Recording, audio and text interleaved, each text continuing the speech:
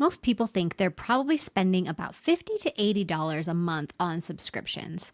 The reality is that most people are spending over $200 a month on subscriptions. So, how did we get here? Why are we spending so much on subscriptions? And a little bit about how you can save money on your subscriptions. That's the topic of today's episode.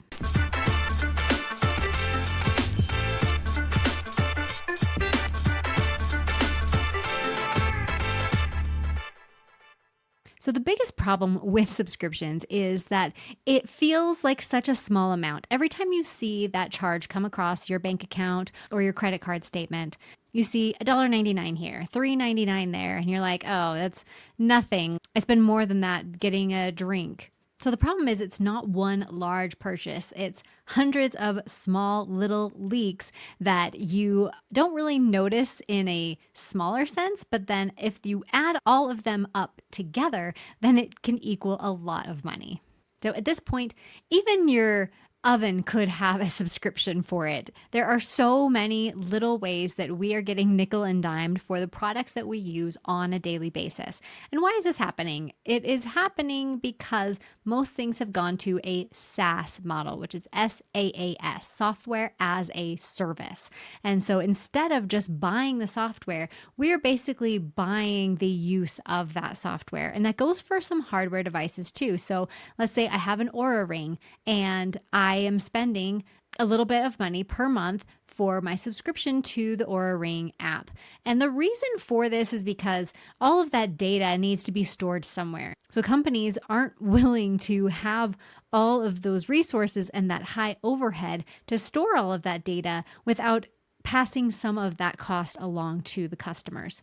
So these days, it's not just about buying a product, it's about buying a product plus its service for the next year or so. So that's one thing to consider when you are buying something. So if I'm buying a new security camera, okay, do I have to have a subscription in order to view the security camera footage? Or if I'm going to buy a new health tracker, do I have to have a subscription in order to see my data? So these are all things that we're going to have to start asking ourselves before we even make the purchase for a hardware device. So what are the kinds of subscriptions that we are using? Because a lot of times we can forget about some of these items. So first is the easy one to tell, entertainment. So we've got Netflix, Hulu, Paramount Plus, Peacock, Disney Plus, all of these different types of streaming entertainment subscriptions. And we're pretty much aware of the subscriptions that we have access to. So that one's kind of an easy one to tell. The next category we get into is like smart home. So your Ring cameras or other security devices or any other home Internet of Things products that we're using in order to keep our home running or our lights going or all of our smart home features integrating and working together. What are the subscriptions we're using for that? The next thing we've got is educational apps. So apps like Duolingo or the New York Times or ABC Mouse or things like that, where we are paying a subscription every month or maybe annually in order to utilize those different games or educational tools. So along those lines is also organizational apps. So do you have a to-do list application that you're paying a subscription for, or a social media application that you have a subscription to? So for example, Marco Polo has their subscription. Is it something that you use every day? So there's all these different subscriptions that you can have in different applications. And finally, we've got invisible utilities. So your Apple iCloud, or you could also have like delivery services like Walmart Plus or Amazon Prime. You can also have a VPN service to help privatize your web browsing or keeping your devices safe. And we've also got password managers included in that bunch. So there's a lot of different kind of utility type services that we are subscribing to as well. So why did we pile up all of these subscriptions, and why is it hard to kind of let go of some of them? So first, maybe features that you want are hidden behind a paywall. So let's say I have a to-do list application. There's a free version and I like the free version, but I want to expand that and have more features. So I'm going to pay the subscription to upgrade that to the features that I want. So it's going to be having these features that are hidden behind a paywall that I would like to have. So that's where one of my subscriptions are. Another reason we kind of keep them around is, as I mentioned before, it looks very small. So $1.99 a month, I'm like, oh, who cares about this $1.99 a month? But if you've got 6 different subscriptions at $1.99 per month, then it's going to start adding up very quickly. But when you're looking at like canceling it, you're like, oh, it's only $1.99. Like, why would I cancel it? And another reason you might be locking into your subscription is if their pricing might increase. And so if you are guaranteed that you are going to have the same price if you keep your subscription, then you are more inclined to keep that subscription around so that you're not subject to any of these price increases. So what can you do about it? First, go ahead and audit your subscriptions. First thing you do is you can go into the Google Play Store or the Apple App Store and take a look at what your subscriptions currently are. And that's generally located right here in settings on an iPhone. If you go into here and you click on your account and then you just tap on subscriptions, you'll be able to see what subscriptions that you have access to or that you have subscribed to. And sometimes they're going to have subscriptions in here that you don't even remember subscribing to. So you click on that and you say, oh, yes, I'm going to go ahead and cancel that subscription. On an Android, you're going to find that in the Google Play Store. You click on the Google Play Store and then you tap on your image in the top right-hand corner and then click on subscriptions, and you should find your subscriptions listed there. Another thing you can do to find out what you are subscribing to or how much you're spending on subscriptions every month is print out your bank statement or your credit card statement and just highlight all of the different subscriptions that are coming out of your bank account. And then you can add them up, or you can look at those and say, oh yeah, no, I can get rid of this one, I can get rid of that one, and go from there. So how can you save a little bit of money on subscriptions?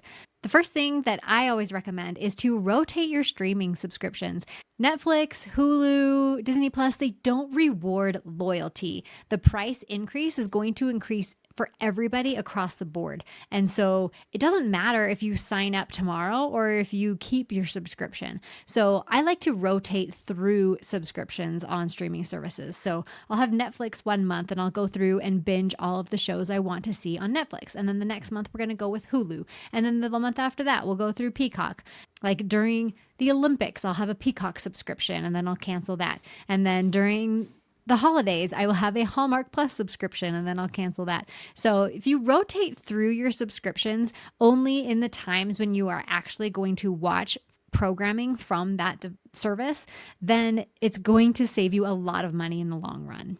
The other thing you can do is cancel your free trial right after you sign up. Or if it's even a subscription that you do pay for this year, but it's an annual payment, and then you're like, I don't know if I'm going to want to keep it, cancel it right after you sign up. You could always sign up again later if you want to renew that, but then you don't have to remember to go in and cancel it later. Most of the time, you still have access to the application through your entire free trial, even if you cancel it the day you sign up. So let's say there's a 7-day free trial. I sign up, I cancel it right away.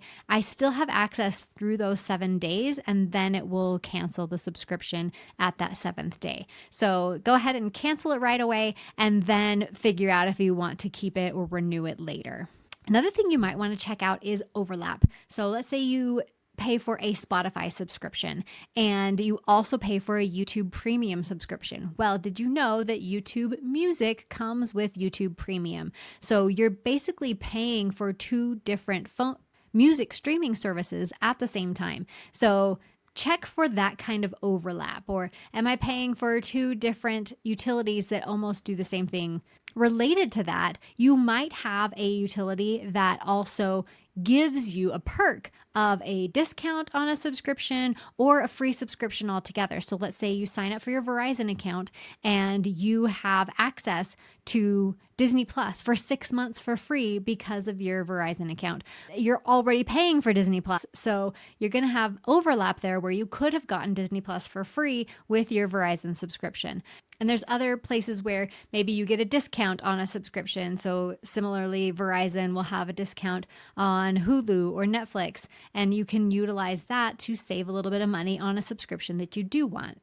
Another way to save some money on subscriptions is to utilize free services. So if you have, say, an Amazon Kindle Unlimited subscription, you have access to all of these books. Did you know your local public library might be associated with Libby, where you can borrow books through your e-reader through the library? You might have to wait a while for a really popular book as it becomes available, but it's a free way to get access to those books without having to pay for a Kindle Unlimited subscription. So now that we know how to save a little bit of money, we know where all of our subscriptions are going to, what do you think the future is for subscriptions? Do you think at some point we'll go back to like cable, where we just paid one thing and we had access to all of the different channels?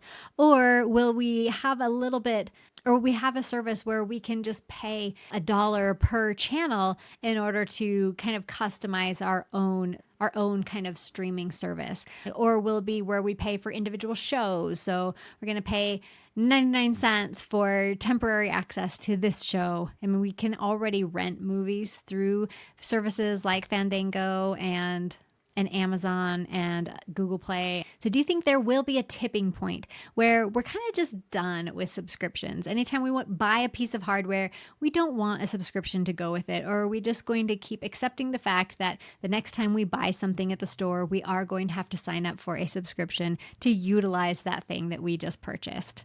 I'd love to hear your thoughts about it. Let me know in the comments, and hopefully this helps you get untangled from all of the wires in your house, and I'll see you on the next upload.